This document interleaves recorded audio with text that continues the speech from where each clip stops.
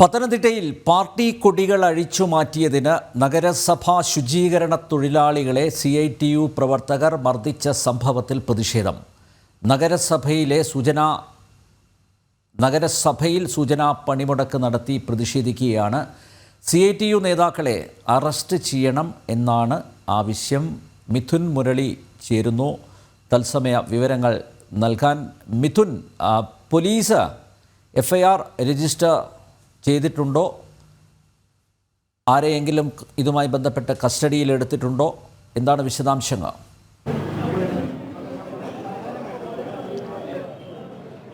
പോലീസിന്റെ മെല്ലപ്പോക്ക് നയത്തിനെതിരെ തന്നെയാണ് ഇപ്പോൾ ശുചീകരണ തൊഴിലാളികൾ പ്രതിഷേധവുമായി രംഗത്തെത്തിയിരിക്കുന്നത്. ഇന്നലെ വൈകിട്ടാണ് നഗരസഭാ ചട്ടം ലംഘിച്ചുകൊണ്ട് CITUവിന്റെ പരിപാടിയുടെ ഭാഗമായിട്ട് ടൗൺ സ്ക്വയറിൽ കൊടികൾ കെട്ടിയത്. ഇങ്ങനെ കൊടികൾ കെട്ടരുത് എന്നാണ് ഈ ടൗൺ സ്ക്വയറിന്റെ ഉദ്ഘാടനത്തോടനുബന്ധിച്ച് കഴിഞ്ഞ നാളുകളിലാണ് ഈ ടൗൺ സ്ക്വയറിന്റെ ഉദ്ഘാടനം നടന്നത്. മറ്റ് പരിപാടികൾ നടത്തുന്ന സംഘടനകളോ രാഷ്ട്രീയ പാർട്ടികളോ ഒന്നും ഈ പരിപാടികൾ നടത്തുന്നതിന്റെ ഭാഗമായി ടൗൺ സ്ക്വയറിൽ കൊടികൾ കെട്ടരുത് എന്നുള്ളതാണ് ഈ നഗരസഭാ ചട്ടം. ഈ ചട്ടം ലംഘിച്ചാണ് CITU പ്രവർത്തകർ ഇന്നലെ അവിടെ നടന്ന പരിപാടിയുടെ ഭാഗമായി ആ ഭാഗങ്ങളിൽ നിന്നും വ്യാപകമായിട്ട് CITUവിന്റെ കൊടികൾ കെട്ടിയത്. നഗരസഭാ സെക്രട്ടറി ഇത് സംബന്ധിച്ച് ഈ ചട്ടം ലംഘിച്ചുകൊണ്ട് കെട്ടിയ കൊടികൾ അഴിച്ചു മാറ്റാൻ നഗരസഭാ ശുചീകരണ തൊഴിലാളികളോട് ആവശ്യപ്പെട്ടു. 2 തൊഴിലാളികൾ അവിടെ ചെല്ലുന്നു.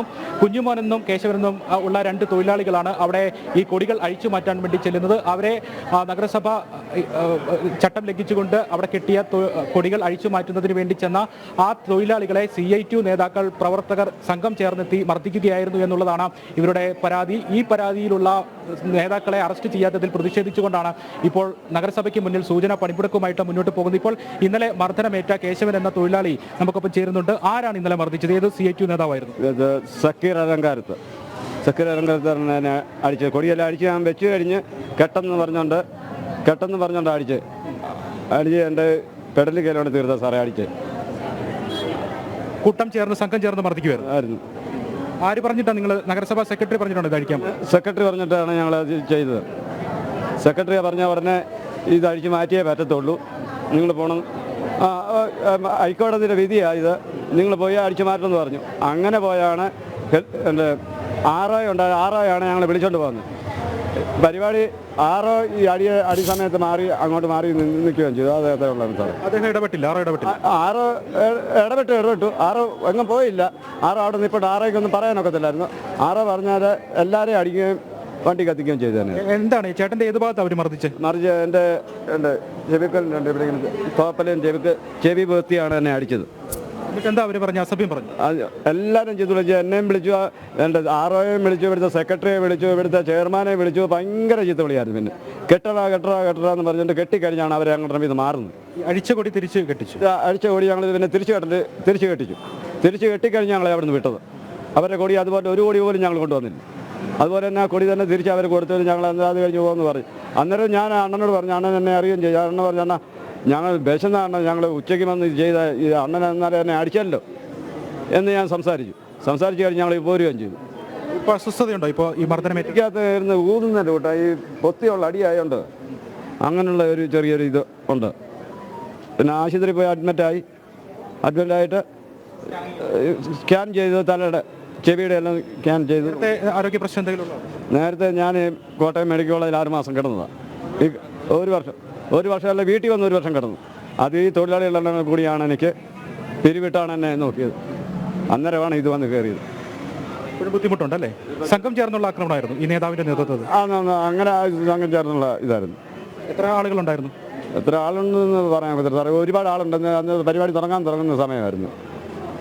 ഈ 2 പേർക്കാണ്. അദ്ദേഹം നേരത്തെ ഒരു ഓപ്പറേഷനൊക്കെ കഴിഞ്ഞ് ചികിത്സയിലൊക്കെ ഉണ്ടായിരുന്ന ആളാണ്. ജീവിതവൃത്തിക്ക് വേണ്ടി നഗരസഭാ ശുചീകരണ താൽക്കാലിക തൊഴിലാളിയായി ജോലി ചെയ്യുന്ന ആ കേശവൻ എന്ന ആളെയാണ് ഇത് ഇത്തരത്തിൽ കരണം പുകച്ച് അടിച്ചു എന്ന് അദ്ദേഹം നോക്കൂ, സ്വന്തം നിലക്കല്ല ആ പാവപ്പെട്ട ജീവനക്കാരൻ കൊടികൾ അഴിച്ചു മാറ്റിയത്. അദ്ദേഹത്തിന് നഗരസഭ അധികൃതരുടെ കൃത്യമായിട്ടുള്ള നിർദ്ദേശം ഉണ്ടായിരുന്നു കൊടികൾ അഴിച്ചു മാറ്റാൻ. മാത്രമല്ല, ഹൈക്കോടതിയുടെ ഉത്തരവ് ഉണ്ട്. ഇത്തരത്തിലുള്ള കൊടികളൊന്നും പാടില്ല, അല്ലെങ്കിൽ ഫ്ലക്സുകൾ പാടില്ല, ബാനറുകൾ പാടില്ല എന്നൊക്കെ കൃത്യമായിട്ടുള്ള നിർദ്ദേശമുണ്ട്. അതിൻ്റെ അടിസ്ഥാനത്തിലാണല്ലോ നഗരസഭ ഇത്തരം വിഷയങ്ങളിൽ ഇടപെടുന്നത്.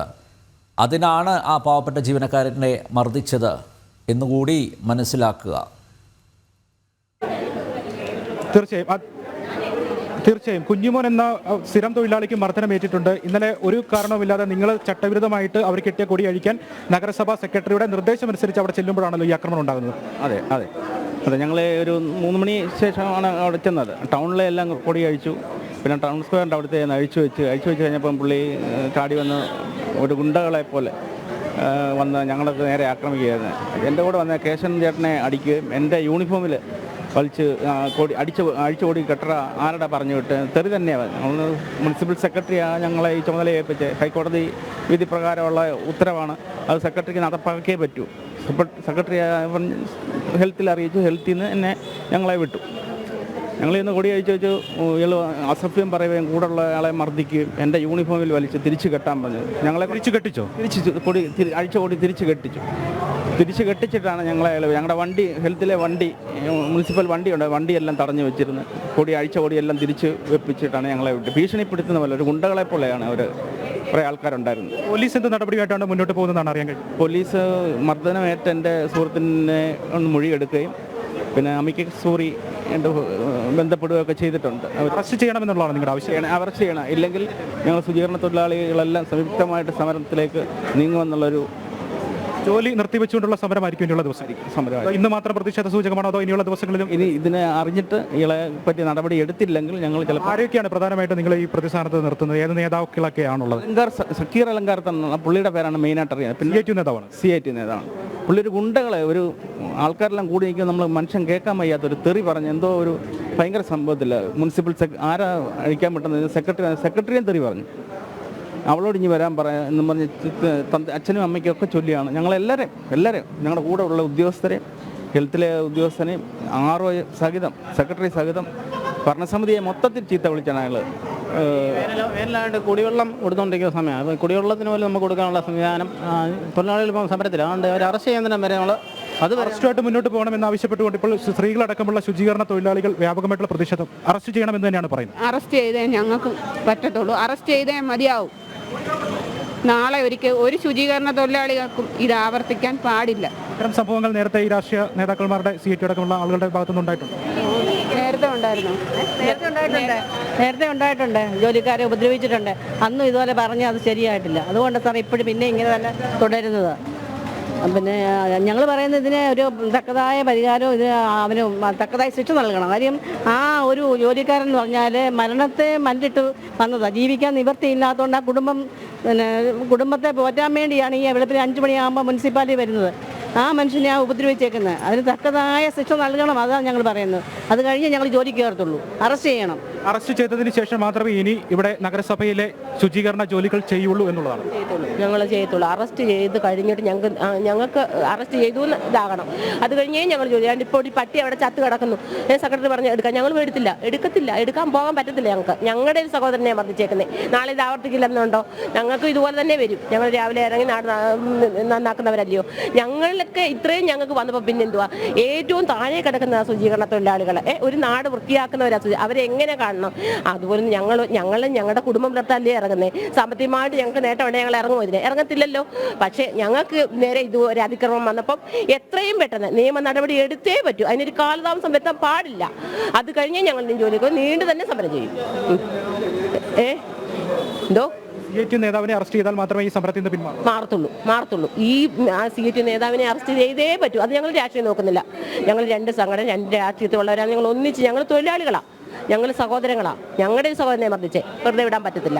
ഈ ജീവിക്കാൻ വേണ്ടി ഇങ്ങനെ ജോലി ചെയ്യുന്ന, രാവിലെ മുതൽ പകലന്തിയോളം ജോലി ചെയ്യുന്ന ഒരു തൊഴിലാളിക്ക് നേരെയുണ്ടായ അതിക്രമം ഒരു കാരണവശാലും അംഗീകരിക്കാൻ സാധിക്കില്ല. തങ്ങൾക്ക് നേരെയും ഇനി അടുത്ത ദിവസങ്ങളിൽ ഇത്തരത്തിലുള്ള അതിക്രമങ്ങൾ ഉണ്ടാകും. അതുകൊണ്ട് ഇത് തടയേണ്ടത് തന്നെയാണ്. ഈ CIT നേതാക്കളെ അറസ്റ്റ് ചെയ്ത തുടർ നടപടികൾ പോലീസ് സ്വീകരിച്ചാൽ മാത്രമേ ഇനി ശുചീകരണ ജോലികൾ ചെയ്യുകയുള്ളൂ എന്നാണ് ശുചീകരണ തൊഴിലാളികൾ പറയുന്നത്. അനിൽ നമ്പ്യാർ. നന്ദി മിഥുൻ. പത്തനംതിട്ടയിൽ പാർട്ടി കൊടികൾ അഴിച്ചുമാറ്റിയതിന് നഗരസഭാ ശുചീകരണ തൊഴിലാളികളെ CIT വിഭാഗത്ത് മർദ്ദിച്ച സംഭവത്തിൽ പ്രതിഷേധം. നഗരസഭയിലെ സൂചനാ പണിമുടക്ക് നടത്തി പ്രതിഷേധിക്കുകയാണ്. CIT നേതാക്കളെ അറസ്റ്റ് ചെയ്യണമെന്നാണ് പ്രധാന ആവശ്യം. മിഥുൻ മുരളിയാണ് വിവരങ്ങൾ നൽകിയത്.